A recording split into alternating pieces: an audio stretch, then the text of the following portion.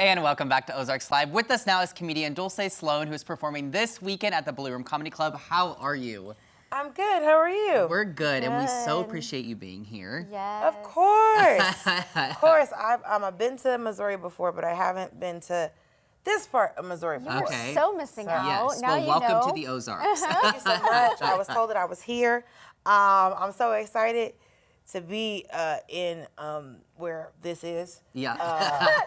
So glad to be in the Ozarks. That's what they told me. So I'm really glad to. Check where you are. Don't kill me. You're going all across the nation right now, right?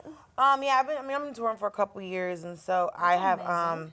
This is the first time I needed 2 planes to go to a comedy club. I've never needed to get on 2 planes. You can get straight flight everywhere else. That makes sense. That's, Yep. that's Springfield. So I was like, oh, what if I don't connect? And I was like, okay, I can fly to St. Louis and then drive 3 hours. I'm like, okay. Or I can go to Kansas City and drive 3 hours. That's and I was because we're a gym. You got to take a lot of steps to get here, you know? Listen, sometimes you don't know what your routing is, but I used to do a lot of colleges. Okay. So I was accustomed to taking 2 planes to go tell jokes to people who are younger than my boobs.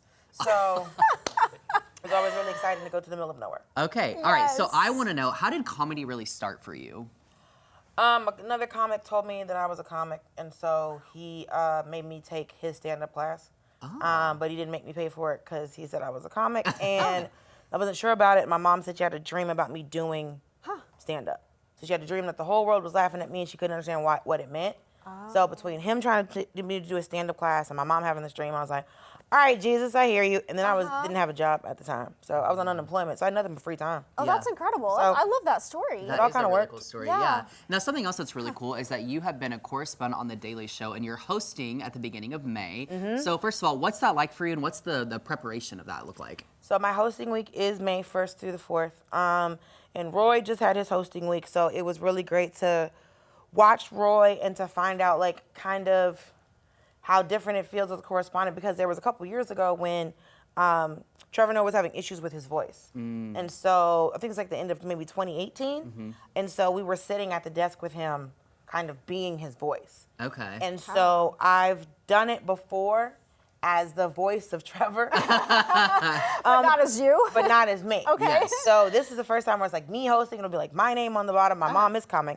But for the preparation, it's, you know, I've been in the show for 5 years, and so I know how, you know, we pick stories and how, you know, the writing works, but when you're at the helm of it, I'm deciding what goes on, and we're all deciding what goes on, and I think that's going to be the biggest change, is really being the decision maker of what's really going on in the show, and I think that's going to be what's different. Yeah. Oh, yeah. Yeah. So who has affected your comedy style?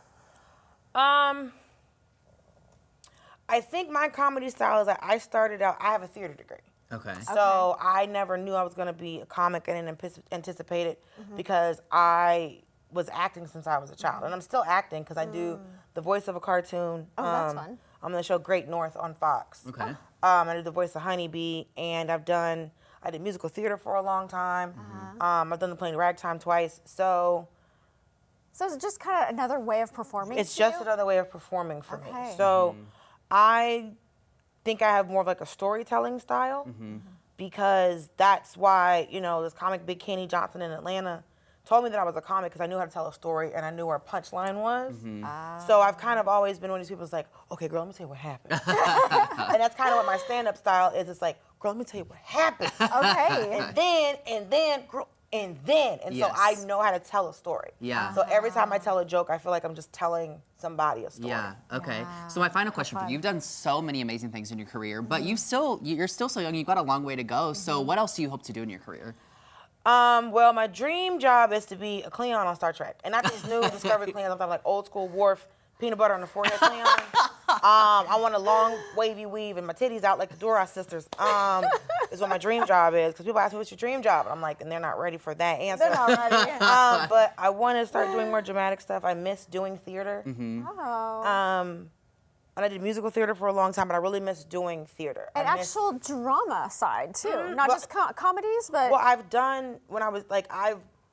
did To Kill a Mockingbird and summer stuff. So I played Tom Robinson's wife. So you can be So serious? so I've done all of these things. For people who ask me like, well, what's it like getting into acting? I was like, what's a more accurate question is what's it like going back to acting? Oh, that's incredible. okay. Because Yeah. I did acting way longer than I did stand up, but now they're kind of like neck and neck for the amount of time that I've done them. But I do miss acting. Yeah, okay. That's really That's a interesting. unique story. I love it. Well, Yeah. we have loved getting to know you. Thank you so much for being here. People can catch you this weekend at Blue Room Comedy Club right here in downtown Springfield. Dulce, thank you so much. We Thank you appreciate so it. much. Please come. My friend Petey is here. Come here, Petey. Come here, Petey. Petey, hurry up. Petey, come on, hurry. Hurry. Petey Gabriel, right. he is opening for me.